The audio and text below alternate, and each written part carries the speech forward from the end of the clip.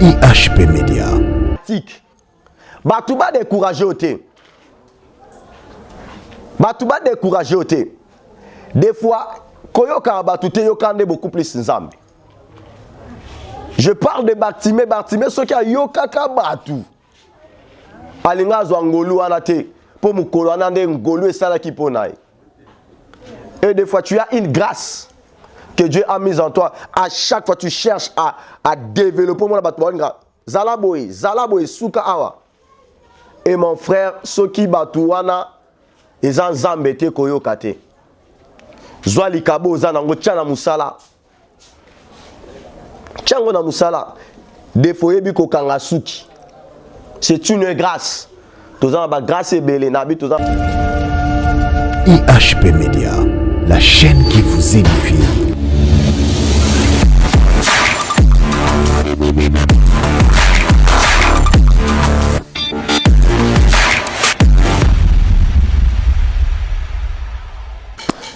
Shalom peuple de Dieu, et je bénis encore le Seigneur une fois d'être là devant toi. Dans la chaîne Abisso et HP Media. Et Zamba Pambola Bino se boza branché, Bino se Batoubo Landranga chaque fois de la part du Seigneur Zamba Pambola Bino. Et j'aimerais, avant de commencer, à tout Seigneur, tout honneur, tous ceux qui le kumwe pas Nzambe wasali ngana yongolu. Les lotos à la parmi bateau baza en vie. Nabonde na kombo na Yesu. Dieu de grâce, le Père de notre Seigneur Jésus-Christ. Kolo Ngolu na yo et se reposer les colonnes abisso. Merci pour un moment favorable au PC Bisso Nzambe. Yako le kalisu Nzambe na nzela ya betando oyo nkolo. Pona kolo ba de ta part na bana na yo. Dieu de grâce na bondeli Nzamba lol. Molimo mo santu akamba biso. Molimo mo santu azana biso tout au long. Ya partage na biso tout au long ya message oyo. Koloma commune elobi, dans l'air de détresse, il cria à l'Éternel. L'Éternel envoya sa parole. Père tika eteliloba oyo et sisite vi ande komoko et la musande komoko kolonangai. Tout esprit qui est contraire à pensée et volonté na yo Nzambe na condamné en fermement au nom de Jésus-Christ. Que le Saint-Esprit impacte tes enfants à travers ces messages. Bana oba la mukasu sur la spiritualité. Ngolu na yo ezala na biso lokola alpha Emmanuel P Omega. Au nom de Jésus-Christ. Amen. Nzamba pambola yo yo mutozu déjà habitude ya kolanda biso. C'est le serviteur de Dieu, le prophète Samuel Diasilo Kwanzambi, votre frère, visionnaire de l'église, Assemblée Samuel Ministry dans la commune d'Engaba, sur l'avenue Pandi numéro 92 bis, dans la commune d'Engaba à Kinshasa, la République démocratique du Congo. Aujourd'hui, je vais parler d'un thème qui est intitulé les dons ou les talents. Aujourd'hui, je vais parler sur les dons, sur les talents. Je vais parler des dons, je vais parler des talents. Sous-thème nanga, et ça ne néglige pas ce que Dieu a mis en toi. Tel que tu es là, je tiens à te dire, il y a quelque chose de la part du Seigneur à Tchakatinayo. Ne néglige pas ce que Dieu a mis en toi. J'aimerais introduire mon message en définissant d'abord le mot don. Le mot don, par sa définition, je peux dire, c'est une grâce. C'est une grâce. C'est une faveur. Une faveur, c'est quoi? C'est quelque chose immérité. Le don est aussi appelé les talents. Donc, tel que tu es là, Dieu par son amour, Dieu par sa grâce a versé quelque chose en toi. Et la chose que Dieu a mise en toi, on appelle ça les dons. Nalinga la tolobi makabo. Ngana yonde toza, Nzamba pesa biso makabo. Et nalobi sous-thème nange ezali ko bebisa te makabo oyo Nzamba tchakati na yo. Ne néglige pas les dons que Dieu a mis en toi. Kobebisa makabo yo nzamba tshekati na yo te. Totangi na 1 Timothée le chapitre 4, les versets 14 à 16. Que nous dit la parole de Dieu? 1 Timothée chapitre 4, les versets 14 à 16. La parole de Dieu nous dit ceci, je lis au nom du Seigneur Jésus-Christ de Nazareth. Ne néglige pas le don qui est en toi et qui a été donné par la prophétie avec l'imposition de main de l'ensemble des anciens. Occupe-toi de ces choses, donne-toi tout entière à elles, afin que tes progrès soient évidents pour tout. Pour tout. Veille sur toi-même et sur ton enseignement, persévère en ces choses, car en agissant ainsi, tu te sauveras toi-même et tu sauveras ceux qui t'écoutent. Nazolobi alikambo makabo. Nalobi likabo eza nini eza ngolu oyo nzamba apesi yo. E ngai na yo toza na bangolu oyo nzamba asala atia kati na biso. Que personne te trompe, mutu nyonso aza na ngolu nzamba apesa ye. Mais qu'est-ce qui nous manque des fois? Oyebite eloko nini nzamba atia kati na yo. Eloko nini nzamba atia kati na yo des fois yango nde mutu ils ont empêché au mi-éviter. Et comment est-ce qu'un Nzambe a tchakabadon na katina biso? La parole de Dieu nous dit clairement, dans le livre de 1 Timothée chapitre 4 au 14e jusqu'au 16e verset, tozwa kabangolu ana na nzela ya maloba ya basali ya Nzambe. Na nzela ya masakoli. Parce qu'un serviteur de Dieu peut parler et à transmettre grâce de la part du Seigneur. Bangolu musu tozwa kongo na ndenge nini? Na imposition des mains. Babondeli pona yo, mosala nzamba pesio achio maboko ozwi bangolu. Et siko Bible ezo ebisa biso nini? Makabo otozo zona na nzela ya ba moyo na tangeli bino de la part du Seigneur. Tobe bisa yango te. Tobe bisa yango te nzambe na bolingo na ya sepeli apesa yo makabo. Il y a la part de Dieu, il y a la part de l'homme. Dieu dans sa part, dans sa divinité, a péché au makabo. Et c'est à toi aussi, enfant de Dieu, il y a qu'au makabo, il y a qu'au mettre en valeur. Nous avons plusieurs sortes de grâces. Otobengi autrement badon. Nous avons même des dons spirituels. Nous avons même pena badon sous ce beau terminal de alikabo nzamba pesio. Et c'est à toi maintenant d'exercer enfin que don ana écola. Aux ana grâce moko quelconque nzamba pesito nzamba tchekatina yo. Cherche premièrement à les découvrir. Nazana ngolu nini. Nazana ngolu nini. Tu peux découvrir ce que tu as dans la prière. Dans la prière, au kokiko découvrir et là comment qu'on zamba pesio.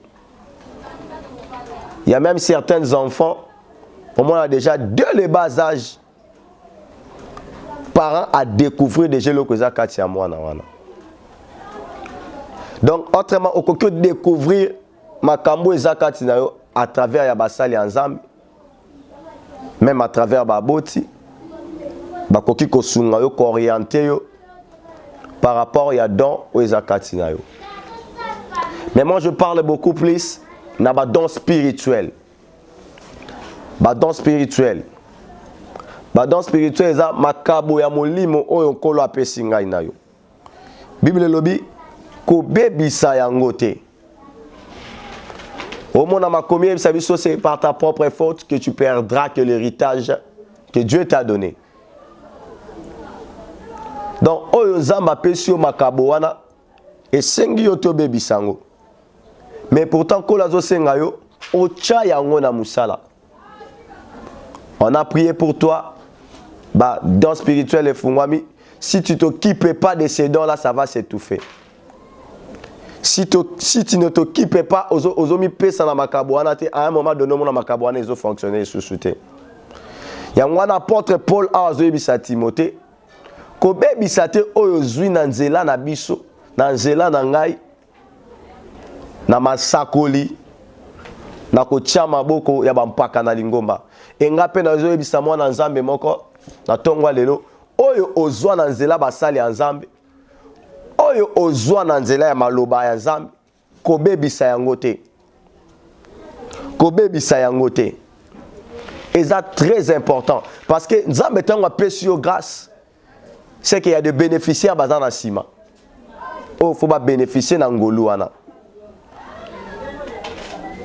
ba pesi yo ngolu eza ya utilité individuelle te la grâce que Dieu nous donne eza pour na ba utilité commune donc esungaka biso nyonso eza très important na corps de Christ net lokola nga nzamba salanga ngolu ya lisakoli ngolu wana eza karate na sakolaka mpona nga moko ngolu wana ezo permettre même na bato misusu bazwa ba orientation ya nzambe ezo permettre même na bandeko mususu kolo orienté bango à travers un kolo alobeli a orienté mwana na nga fa kende bwa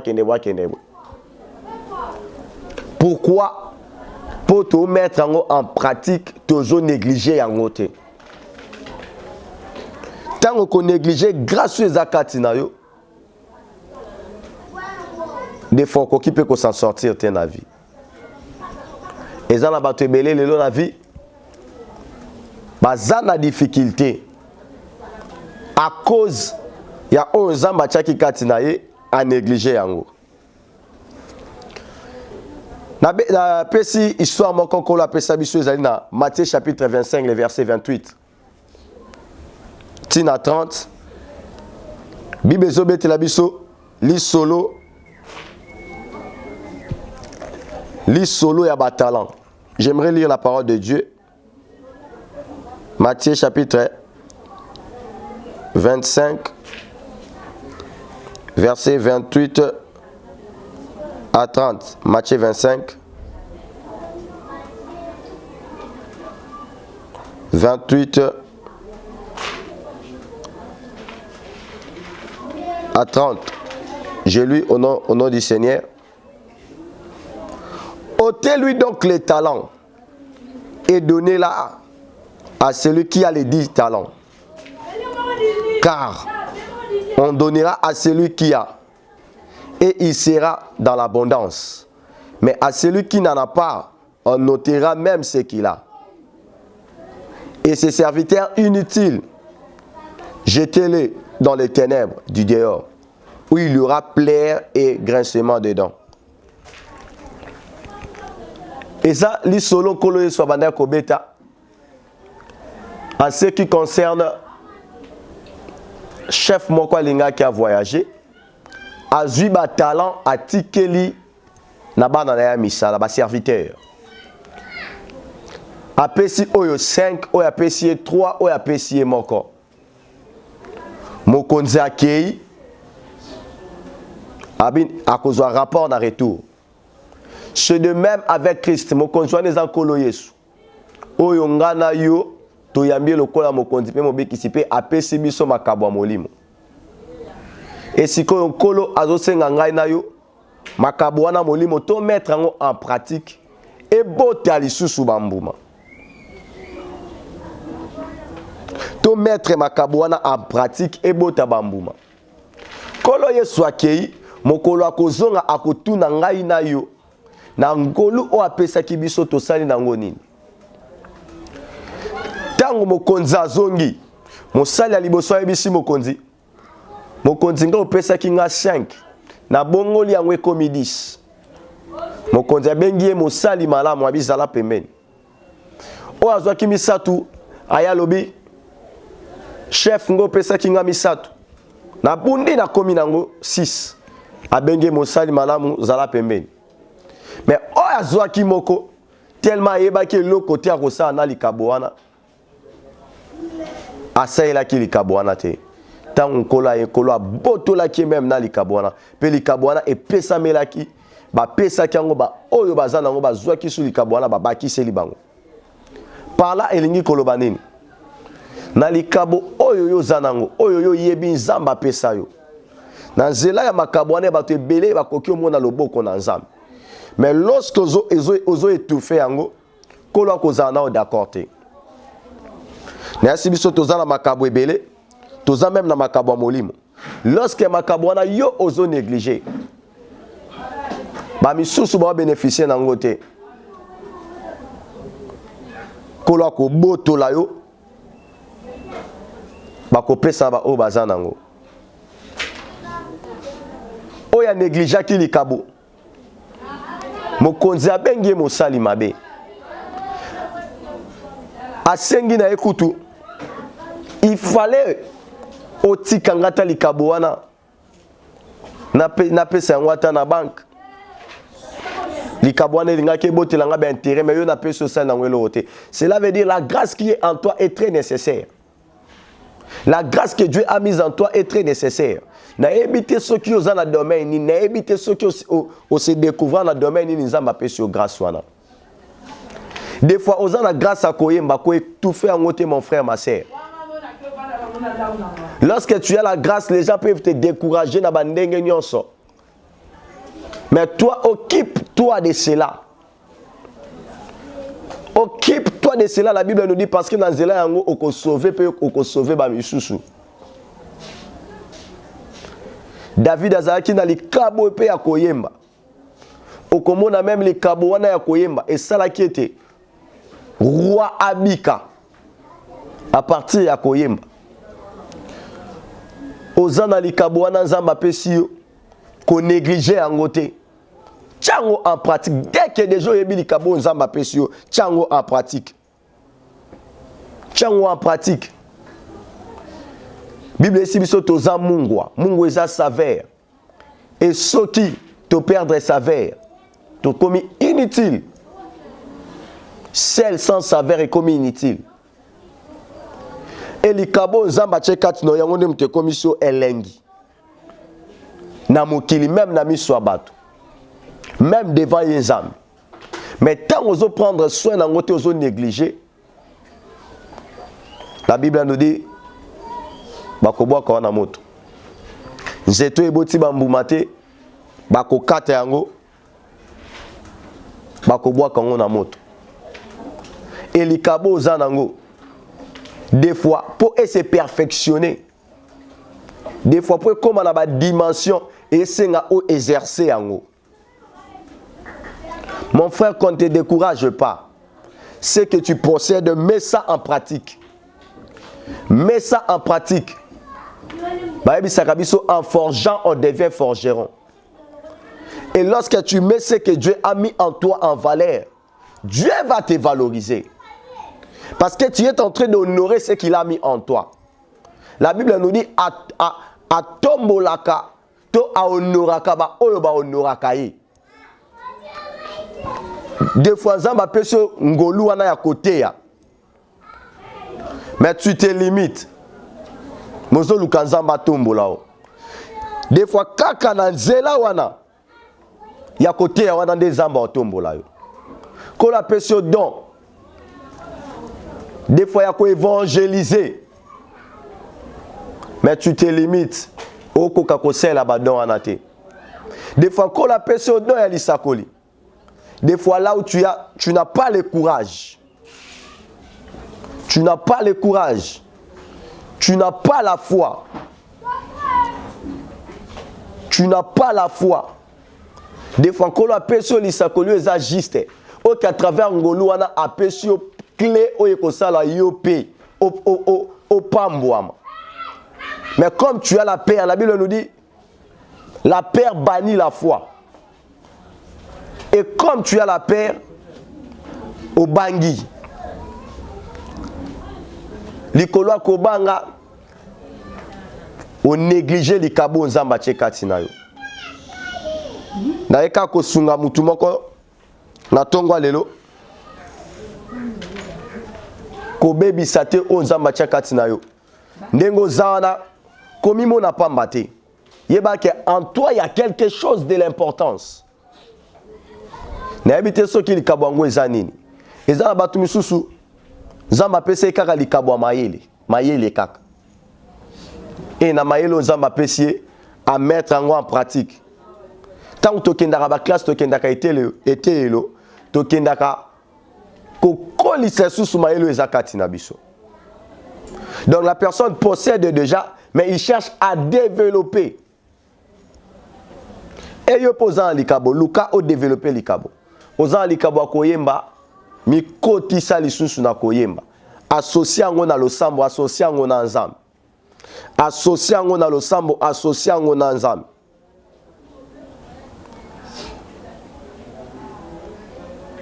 Makomi ebisi bisobwe. Dans Genèse 49, 25. C'est l'œuvre de ton Père qui te bénira. De toutes sortes de bénédictions. L'œuvre de ton Père, c'est quoi? L'œuvre de ton Père, c'est un golou oyo papa na yo apesio. Papa na yo zali nzambe. Apesio ngolou. Et lorsque tu prends ça, tu le mets en pratique. Ozo exercer nango. Et makabo wanande ekopambola yo. Kolo akopambola yo na nzela makabo apesi yo. Oyebi koyemba, yemba bien lisusu. Perfectionner yango susu. Quand tu as lisusu mozindo ya ko développer yango na ba prière. Apôtre Paul a dit à Timothée, battez-la. Parce qu'il savait que ce que Timothée a rescindé l'obi rosala Timothée comme à Timothée. Le ko la papa nanga dédé na mona awa oyebi ko filmer lisusu malamu. Sala lisusu de ceux qui balobara chasser d'image perfectionner parce que na nzela nango de kolo ako se manifester. Man eko ya lisusu te. Man eko ya lisusu te. Des fois kaka na ngolo nzamba peso nde yangwana nde élévation na ko banda wana. La Bible nous dit c'est l'œuvre de ton Père qui te bénira. Ngolu ozana ngweza yote za ya nzambe. Le col za ya nzambe, toi mets cela en pratique. Batuba décourager ote.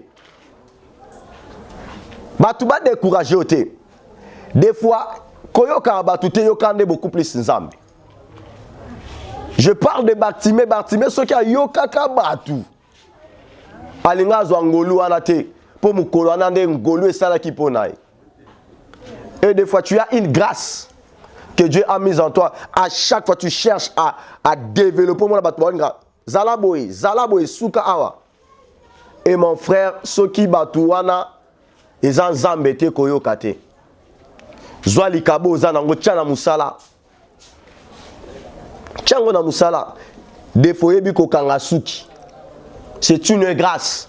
Tous en bas grâce et belé nabi tous en bas grâce même ya molimo même na ba grâce qui ko se manifester qui bo motobo oyebi ko kanga suki sala yango lisusu bien des fois na nzela ya suki wana zamba ko se manifester ezana batu miso baza même na grâce ya cuisine yeso ki a lambi donc faut mutunyo so apprécier et des fois quand na nzela ya grâce wana zamba peso ya kolamba akokyo sala ke repa na yo mutu moko aliango et tu es béni et fongole lo ba porte. Peu importe les réalités aux homona et découragé oté, tu as quelque chose de valeur que Dieu a mis en toi qui s'appelle la grâce. Plonge-toi dans la prière, demande à Dieu à faire découvrir yo ba talent ni yozanango. Et tout le monde a bandé comme sous. La Bible nous dit le monde ne vous enseigne-t-elle pas. Tout le monde a bandé comme sous. Tu peux n'appeler ça quel exemple qui ça va dire on va jouer. Azan a un appel au ministère. Grâce à ça il faut un appel au ministère. Grâce à ça il faut même un ministère. Il y a même des grâces qui peuvent s'exercer dans l'église mais et s'exercer dans lieu à travail. Grâce à ça il faut s'exercer dans l'église. Na oyozo sala place ozo sala et le kwano sala kango bien. Sala yango bien mais associé yango suna nzambe. Eza bat musu baza même na grâce ya koloba. Ba beau parleur soki azoloba. Nzamba kokuta soki na nani komi porte parole na ye. Nzamba kokuta soki na nani lobi komi soki ministre nini. Ko négliger o nyos feza katina yote que ce soit les grâces spirituelles. Ko négliger yango te. Descends tu as la conviction, le Seigneur te pousse d'aller faire cette chose. Il y a exercer grâce à Dieu. Mais tu vois des fois, non, ce n'est pas le temps. Ce que Zanzambi, je te conseillerais que parce que c'est lui qui a mis ça en toi. Il y a un moment donné, Dieu peut permettre que la grâce soit se faire découvrir. Et il y a un moment donné, Dieu permettra maintenant batu baye bangolu ni na yo. Parce que dans Zela Ngolu, Dieu rendra ton nom grand. Tant que vous allez mettre grâce en faveur de Nzam, et dans Zela grâce Nzam n'est pas qu'au tombeau là. Nzam n'est pas qu'au tombeau là. Qu'on néglige tes wezakatina yo. Qu'on néglige tes commis mon n'a pas mbatté. Bandeko to mona kam soupa mama yele na classe ezate. Matali bwazana makolo na ye ya bale. Abitenga ta mayele na classe ezate ka makolo. Et lelo au moins en absence na ba tumsusu bazo critiquer mais ceux qui aye patron, chef, prêtre, ba silise ba kombo. Pourquoi? Parce que azwa ki li kabonaye a tchango en pratique. Oyebi kotonga. Maman Marie Tsuka tonga li susu bien. Parce que dans Zela kotonga wana nzamba au fond lelo ba porte. Et loko nyoso yebi osala. Yeba kezali kabonza ma pesio. Pourquoi ezana yo ezala batu nyoso te? C'est eza particularité mon nzamba tio na kati. Tu sais prêcher, continue de prêcher. Teya liloba nzambe. Ozana ngolu wana ya évangile. Évangéliser pour la gloire du Seigneur. Ozana ngolu prophétique. Loba ko bangate parce que ebele abasakoli. Eloko et empêcha ka bango deux fois ba kota place nzamba lingi ba koma. C'est la paire. Ayoki na emanzamba lobine mais père et côté ici et doute wane kimisi kondima a étouffé ngolu. Lorsque Oïsav m'a convaincu que c'est Dieu qui t'a parlé, mon frère, il faut parler. Des fois habiter Ozamba pesio wana eza clé na yo ya ouverture. La Bible nous dit c'est l'œuvre de ton père qui te bénira de toutes sortes de bénédictions. Na pamboli nzambe na kamo sa nzambe mo abia lobia ceux que za pona nzambe nde to sala ngo bien. Na koyemba na wana Dieu peut faire même que mutu moko wana za maladie grave abika. Et puis na kobika wana kola se manifester afongoli le ba porte. Nzamba pambola biso na bandenge belé. Mais ba ke lipambola makasi nzamba pesio iza ngolo a chekati na yo. Bible lobi mutu akolia na mutoki na ye. Mutu akolia na mutoki na cela veut dire quoi? Kolo ayebi ke apesio déjà likabo o ko sala yo sala nini olia. Ayebi ke apesio likabo e ko sala nini e mema yo sika a préparer mema yo. Mais des fois, il faut empêcher au combattre la paix. La paix. La paix est l'ennemi de la foi. La paix bannit la foi. La Bible nous dit fortifie-toi et prends courage. Mi pesa makasi. Lelo, okoki pour ça la grâce soit estimité. Cela ne veut pas dire que l'ongwe. Perfectionnant les sous, forger les sous. Demande l'aide du Saint-Esprit, forger les sous. Un color retombe là. Ezaba tebe loto ebi bona koyemba soki abete lo ndenga banda koyemba des fois soki oyemba banda kanga matoi. Mais comme il savait que c'est une grâce que Dieu a mise en moi à perfectionnant le soki oyemba il y a la gloire de Dieu qui se manifeste. Pourquoi? Parce qu'il a exercé en haut. Pourquoi a négligé en côté? Des fois quand tu négliges la grâce que Dieu a mis en toi, tu te négliges. Des fois quand tu négliges ce que Dieu a mis en toi, tu t'étouffes. Et la Bible nous dit, oyazo négligé, bako boto longo bako pesa na ba oba sala. Toi tu as l'onction mais tu négliges cette onction. Mais il y a une personne à Mangengenge, il y a une personne à Zamba place, Zamba pesa l'onction. Seigneur donne-moi de l'onction. Quand tu connais l'onction, akolukaka ba oba sala ngote. La Bible nous dit clairement, akozwaka kana yo mutoza na onction sala ngote ba pesi ba oba lukango. Nangi kana yebisayo, comme il n'a pas mbatté, tu as quelque chose que Dieu a mis en toi. Qui s'appelle la grâce. Et cette grâce-là, ce que découvrir en haut, Associe Dieu et mets ça en pratique. Car c'est par là que Dieu va te bénir. Kolula non de kozolula te. Lelo ya ba pasteur msu tolula po azo kika ngolo nzamba pesie. Nzamba pesinga likabo. Achango na musala. Nzamba pesinga likabo bo achango na musala lelo likabo wana efutie. Yo poza likabo nzamba pesio. Cha likabo wana na musala. Komimo na pamba te.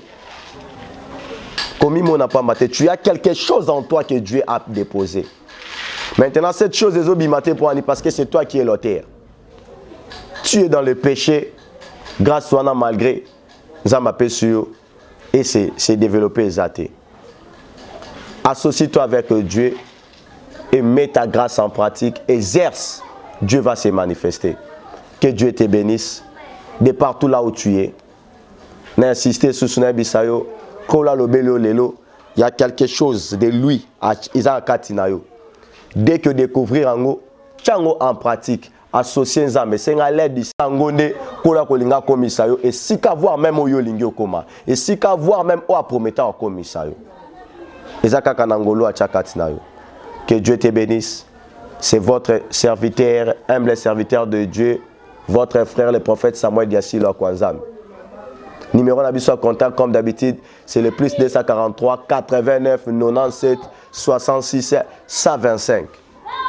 Zamba Pambola bino bisika nyonso et Zamba Pambola bande ko na biso nyonso ya EHP Media. Mwana Nzambe komi mona pamba te, komi négligé te. Ata lelo esimbité, mais à cause de cette grâce que Dieu a mise en toi, continue. Demain, Dieu changera ton histoire. Soyez bénis. Que la paix du Seigneur reste avec vous. Nabondeli, Nkolo Napesio, merci pour un message aussi sur les dons, sur les talents. Kolo Lingeko Soso Isaba, il y a quelque chose au déposé à Katina Bango.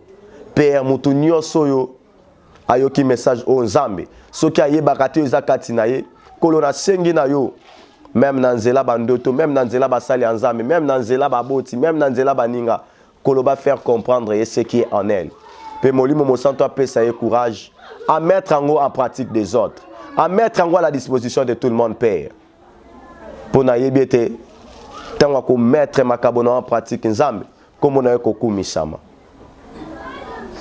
Bao nyo son nzambe, bazana ba grâce, mais bazana ma capacité, bazana kondimate, ko banga, ils ont empêché bango nzambe. Na kombo na Yesu na longoli ko banga wana nzambe. Bakotane langa na yo, bacha ba grâce en pratique pour na peuple na yo et bénéficier nango. Au nom puissant de Jésus-Christ. Amen. IHP Media, la chaîne qui vous édifie.